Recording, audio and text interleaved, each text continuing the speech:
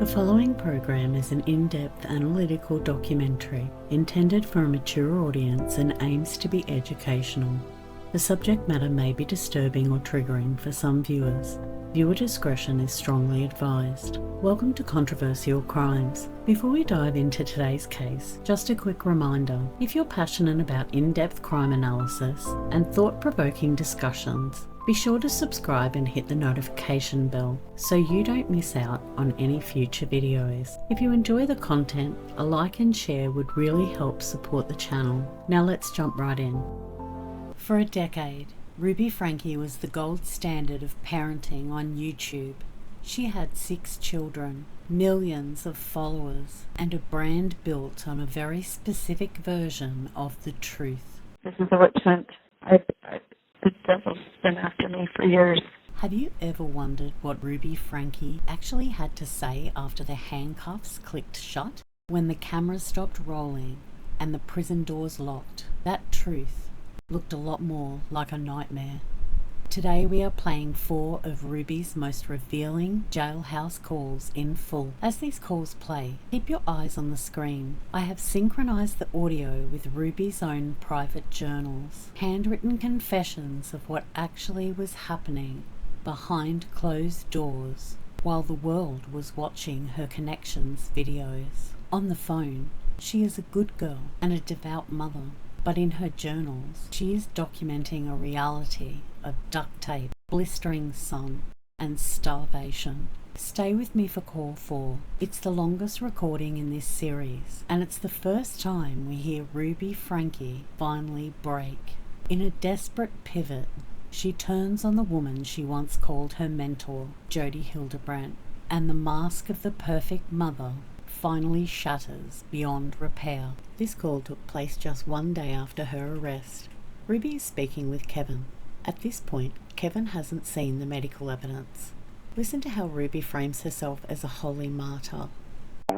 And please see the truth. I know it's obscured. I'm where I see the facts, I see the truth, and that's what I'm gathering. You know my heart. What are they charging you with?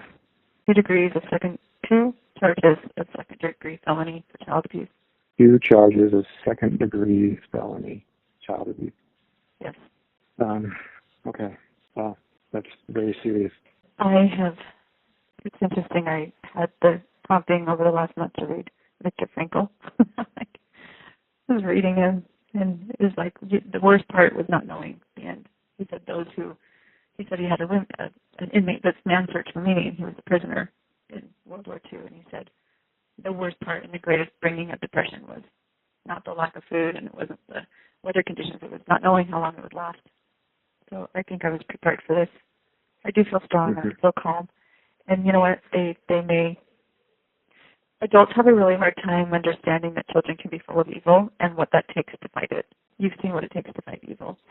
It's not the person you're fighting. And it can look like something it's not. And you've been there, you know that. And so I don't know any adults who are going to see the truth. So I'm calm about this, and I just pray that you'll hang in there. You have 1 minute remaining for this call. I think I can call back, but... Yeah, but just in case, I'm preparing to step up and fight for the children. They've been taken, and there's going to be a hearing in the next couple of days here in Provo. I'm sorry, I signaled to Joe. Will you say that one more time? Yes, I'm prepared to step up and fight for the children. They've been taken into custody. They're in foster care, and there's going to be a hearing within the next 2 or 3 days. What about Abby and Julie? Them too. All 4 were taken. Where did they go to get Abby and Julie? I don't know. They while I was with them, they got Abby, and they were looking. You have exceeded the allowable time for this call. Goodbye. Yeah. Hi. Okay. When I saw how long this separation would last me, I wanted to think of some ways that I could bring in money or make some money if you didn't ever come back. So that's when I asked if you would co-sign on the loan if I found a house. And maybe I could Airbnb it or rent it out, or I've been playing with numbers in my head, and I think I could make something, but I don't want to be dumb. I want to be very conservative. So I pulled the money, and I have it in a bag. And with you? Do the police have it? Well, I don't know what the police took. I don't know what the police have. But the bag was at Jodi's house? They can't just take people's money. I mean, that's not right. Well, they're not going to take the money, but when they have a search warrant, they have access to everything in the house. Sure. Yeah. I have a feeling we're going to need that money. We might do. So I haven't been making big purchases. I've been very conservative. I think the biggest expense has been the kids' schooling, and that's they have enough curriculum to get them for a couple years. So. Okay. I just received a text from Ted Dawson out of the blue. Ted Dawson, who I haven't heard from in years. What, he just texted you? Yeah, the story's out. So he said, Stormy sent me an article and it just broke my heart. I just wanted you to know I'm thinking about you, and if I can ever be a resource, we are always here. Are we in the news? It sounds like at least you're in the news. I don't know about me. I don't know what he's talking about. But I'm wondering if they went to Sherry to ask her questions. I don't know. He's looking for public. I know they are. And a couple of months ago, Business Insider was reaching out to me, and I ignored their email. But I'm going dark. This is a witch. I'm not at BYU. I'm not at BYU anymore, so I don't know how they're going to find me. Yeah, maybe it was a blessing.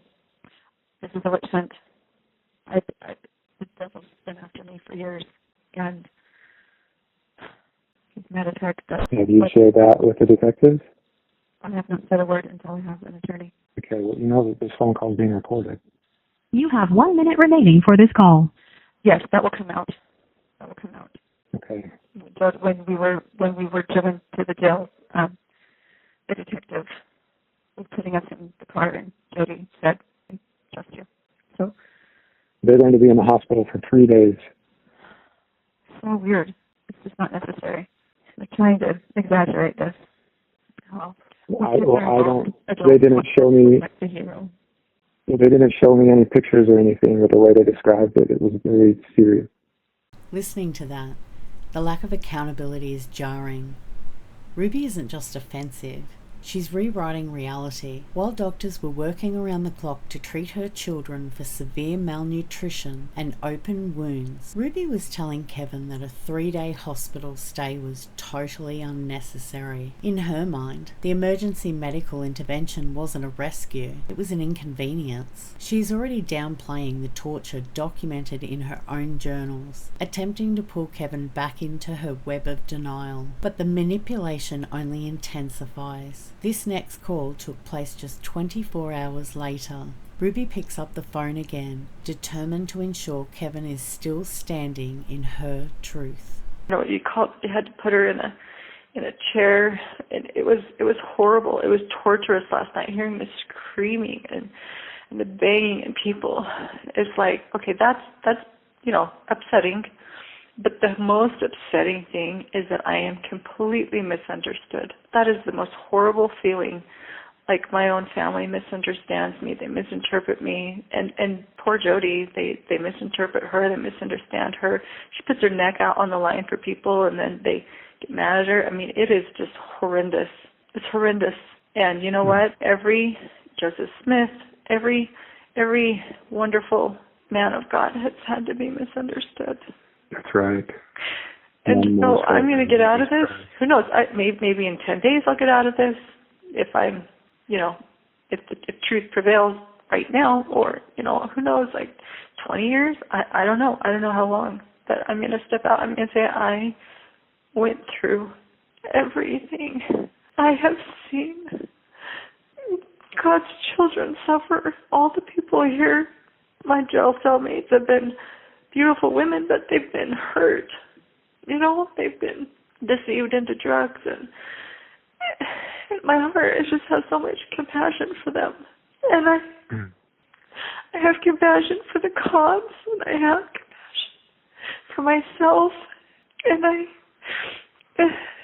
then to be told that I'm suicidal, I'm like, no, that's not true. Anyway, if you need to let that was either Sherry or one of your siblings. Well, they're all in cahoots. One means all of them, but yes, you're right. In your hearing, I don't know if you've considered this. I don't know if it'd be helpful, but you could have the house.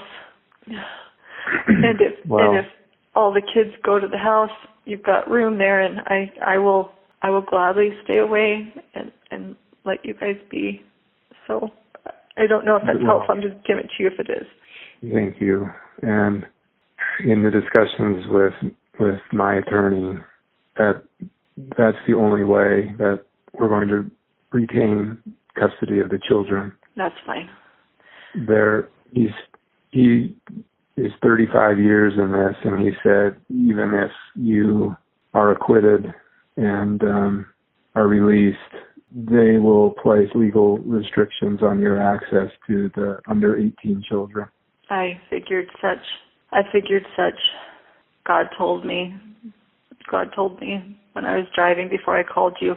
I didn't have any information. I didn't know anything, and the Spirit said, your children are going to be removed.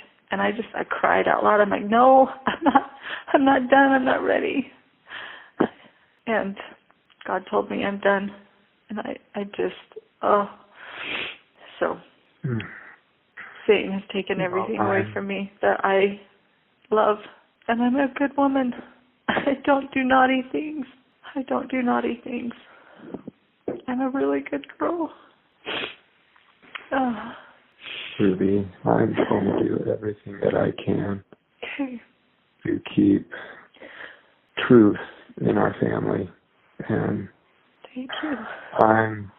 I'm committed to our family. I'm committed to you and our marriage, no matter what happens. Thank you. I will be here to support you in any way that I can. Well, thank you for stepping up. I do need to go, but all right. Call me back when or if you need. When will you find out? How can I call you? When should I call so I find out what they say? I don't know how long this will go, but if you call this afternoon, I will know. This is a preliminary hearing, so there will be no... Okay. Well, it's hard to get a phone around here. I asked for a phone, and it took hours to get it, so it may not be until later tonight. Okay. That's fine. Okay. All right. Good luck. I will be praying for you. Thank you. Bye. Goodbye. Bye. In a disturbing display of selective empathy, Ruby begins to weep. But her tears aren't for the children she duct-taped and starved. Instead, she tearfully expresses compassion for the other women in prison. To Ruby, the real tragedy isn't what happened in the Ivans' home. It's how she and Jodi are misunderstood by the world. In her eyes, they aren't abusers, they are victims. And she's convinced that Satan is the only one to blame for their downfall. This next call takes place on October 27th. This time, Ruby isn't speaking to her husband. She is calling her parents. This is a call from and paid for by Ruby, Franke, Purgatory Corrections. An inmate at Purgatory Correctional Facility. This call is subject to recording and monitoring. If you don't wish to talk, hang up now. Hello? Thank you for using Telmate. Can you hear me? Yes. Can you hear us? Yeah. Okay, that was... Over there? It's 9:30. We're good. Okay. At night? Yeah, yeah.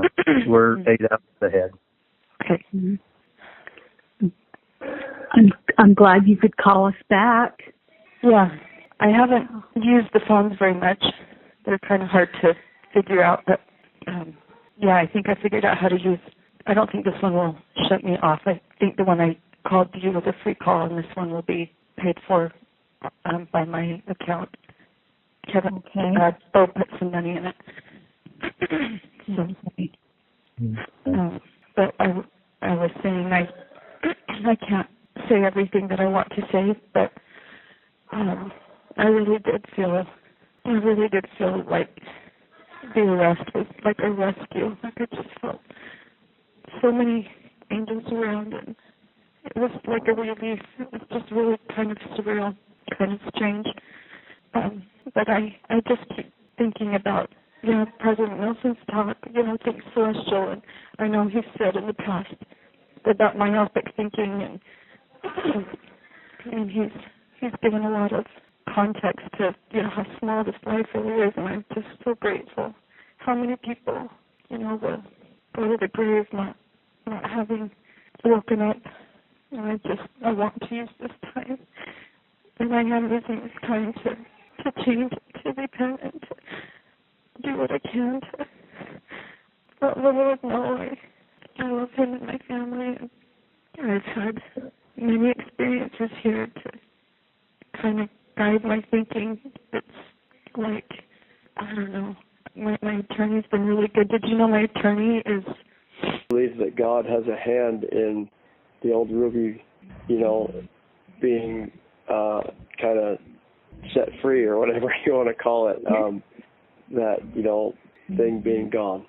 Yeah, absolutely. Absolutely. I could not come out of this without his grace, without his mercy, without his help. This has been the strangest and the most miraculous intervention. It put everybody where they needed to be. It separated me from Jodi, so I'm not hearing her. And I think just being gone and not hearing her has cleared a lot of things up for me. And it put the kids in a place where they're... You have exceeded the allowable time for this call. By December, the world Ruby Franke built had completely dissolved. After 4 months in a prison cell, reality finally breached the walls of her denial. Her mentor, Jodi Hildebrandt, the woman Ruby once treated as a prophet, had pleaded guilty. The united front was gone. The holy war was over. The final conversation was with her sister, the first time we hear the arrogance of the 8 passengers matriarch replaced by the sheer weight of her new reality. This is call number 4. Did you see that Jodi pled guilty today? I did see that. Yes, is that a relief for you? Yeah, it's a big relief. It's a big relief. There would have been positive the other way too had she not pled guilty. There's enough evidence that she could have been convicted for life, but that would have been messy. It would have been really messy, and the kids would have. So do you and her get the same outcome no matter what now, or is there a chance that it would be different? That's a really good question. That's one that I've asked Lamar. No, we can still have different outcomes. So Ellie asked a little bit about this.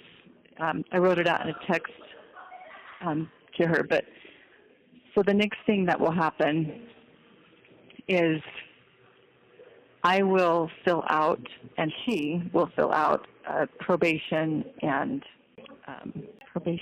there's another P, paperwork. And basically you go through your history and you tell them your history, which there's no history on me. There's nothing, no criminal history, no mental health history, nothing. And I'm also hiring a professional to do a mental health evaluation just to say she's good, like there's no mental health problems at all. And then that will go to my probationary board. Jodi, she can lie on her paperwork, and she probably will. I don't think she's going to give them her history. But I think in the interview it's going to be apparent that she's mentally ill. And so that will affect how long someone, because they're looking, how repentant are you? How much responsibility are you taking? How are you aware that what you've done is wrong? And she's not. The only reason she pled is because she didn't want to do life. She knew I would testify. The other thing is, on my plea deal, when I come up for probation, the prosecuting attorney can, often, if they think that you're a danger to society, will talk to the probationary board or write them a letter saying, I think she needs to stay where she is. He's going to stay neutral and not write any letter when my probation comes up, which is a really big deal. But for her, he's not going to stay neutral. So we can come up to probation, and I can get off on probation, and she may not. So what does probation look like? Like, what does that all entail? It can look like several different things, I think. I'm still learning about this, and I think I never realized how complicated it is. I always thought you pled guilty and they tell you how long you're in. Yeah, there's a lot of terminology to know. Yeah, and you know, half of the stuff that is said goes over my head, and then I have to go, you know, I come back and I ask the girls here, I'm like, what does this mean? What does this mean? Yeah. But probation could look like going home, like you could go home.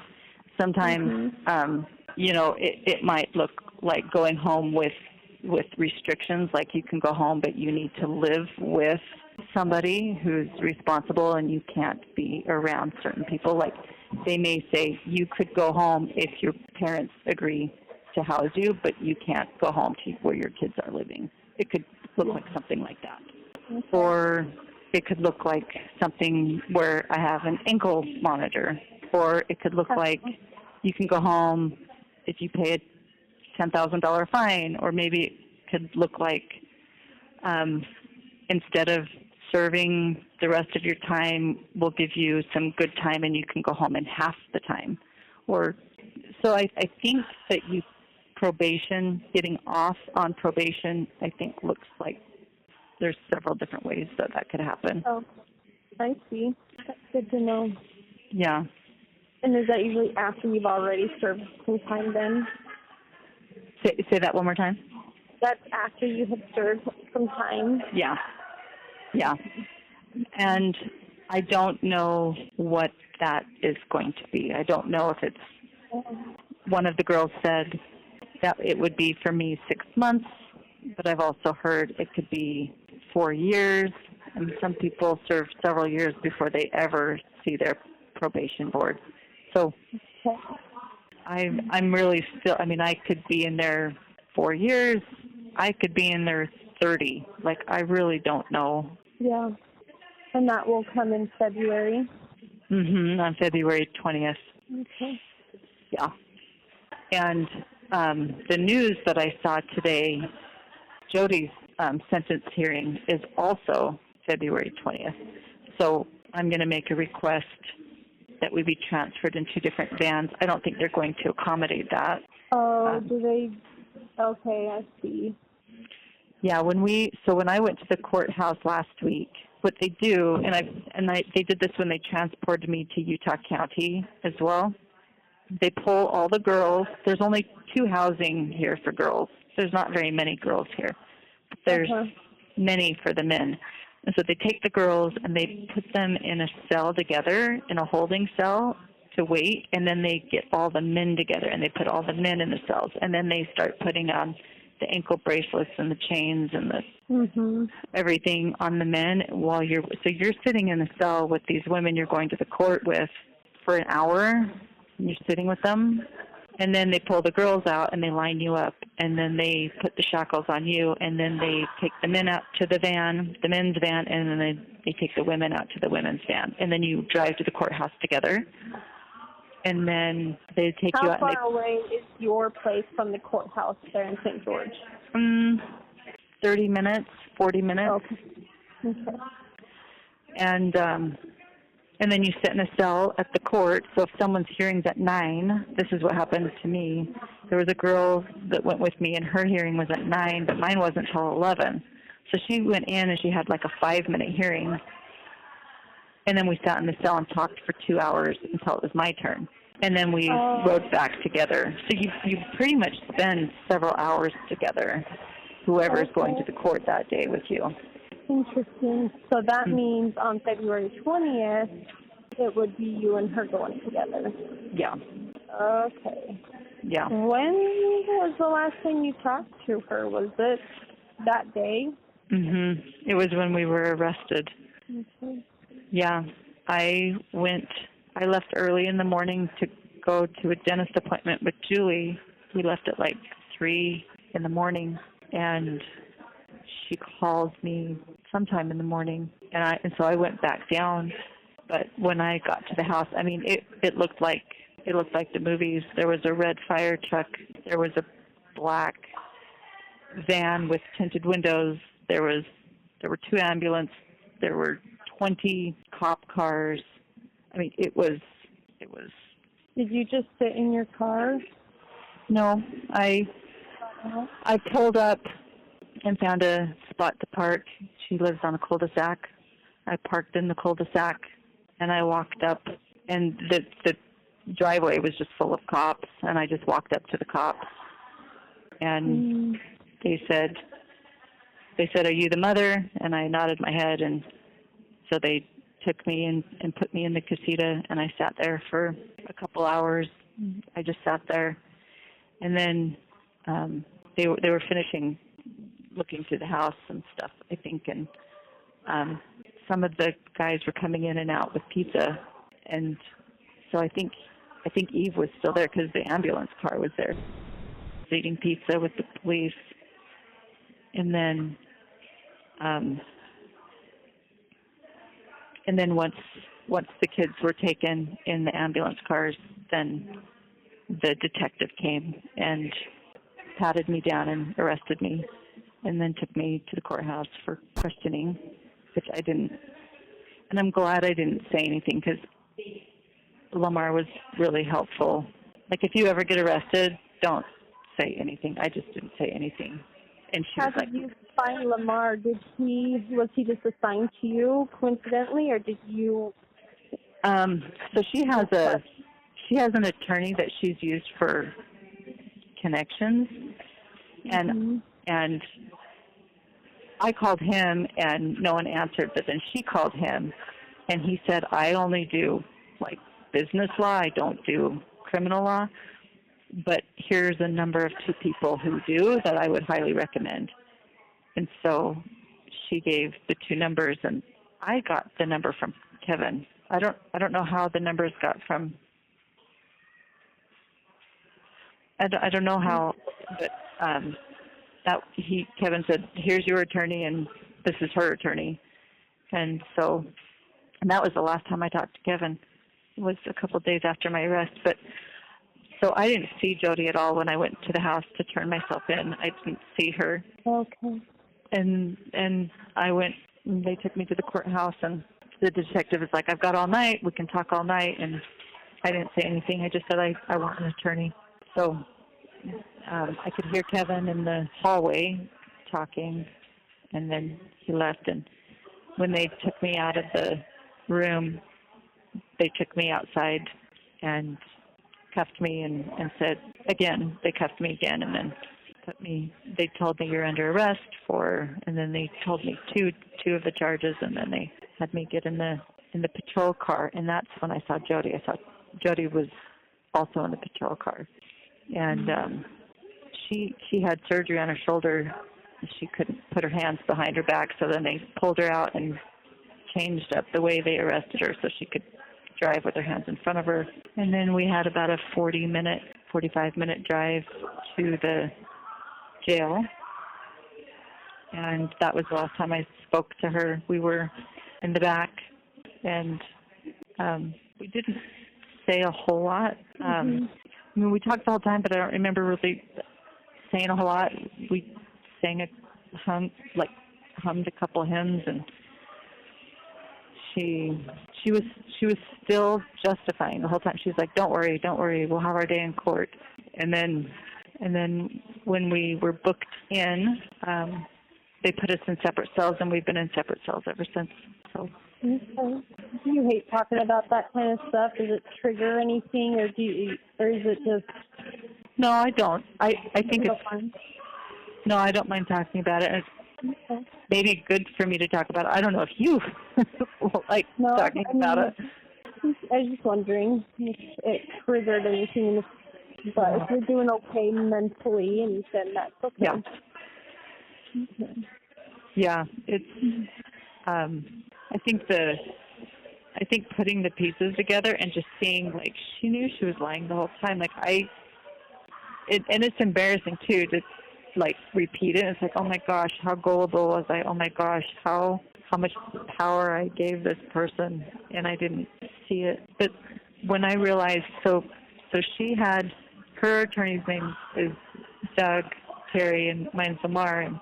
And Lamar, you know, maybe a month into it, maybe not even that long, he's like, Jodi denies everything. She denies having anything to do with this. And I was shocked. I was like, what?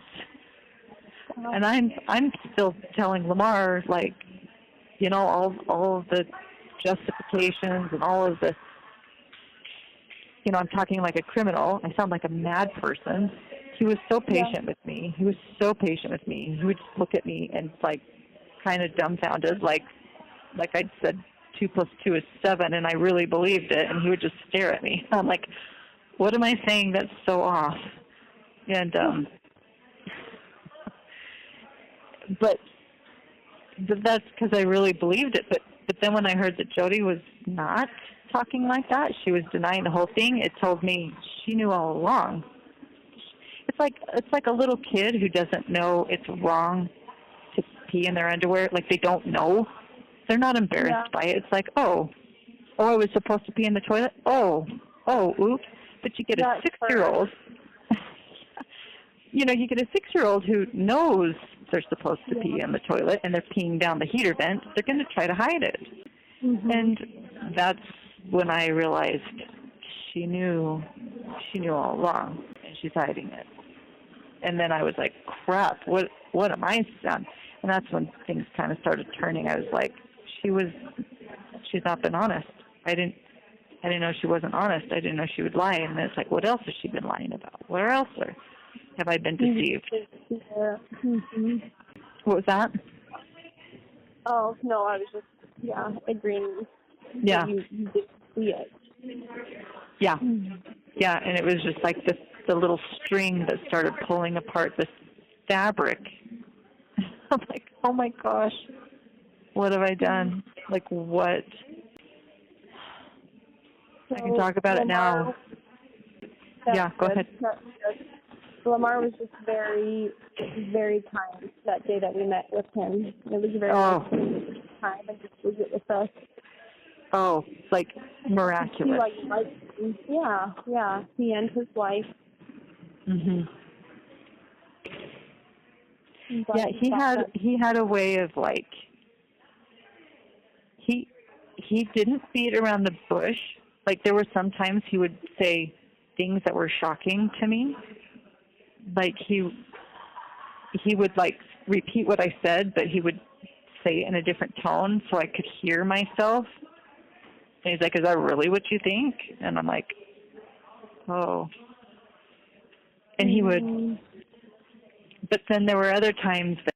You have 1 minute remaining for this call. Do you want to end the call, or do you want me to call you back? How do you want to... We can end for today, and then we can always talk again. So, yeah. I'm just really glad that he's there to kind of help you through it. And Mhm. Yeah. Well, that first night I was in the jail, I just felt really strongly like, I'm sending you help. Help is coming. Yeah. And I just felt like that was Lamar, and he's been very, very helpful. I'm grateful for him. Well, that's what we've all been praying for this whole time. So I'm glad that even it's a different kind of help, but I'm glad it's finally here. Me too. I'll take it. Like, I hate this, but I'm taking it. Of course. Yeah. It was good to talk to you. You have exceeded the allowable time for this call. Goodbye. These Jailhouse recordings and her handwritten journals serve as a chilling reminder of how easily the word protection can be twisted into persecution behind closed doors. Ruby Franke wanted the world to see her as a beacon of truth, but these calls and journals revealed the reality she tried to hide. A reality of control, delusion, and a total lack of remorse. There is a haunting irony in her downfall. A woman who spent a decade monetizing her children's every move, recording their lives for millions of strangers, was ultimately undone by the recordings she couldn't edit. The 8 passengers are no longer sailing together. And while Ruby faces life in a cell, the real story is the long road to healing for the children she left in her wake. Thank you for watching this deep dive into the evidence. What part of Ruby's perspective shocked you the most? Let's continue the conversation in the comments below.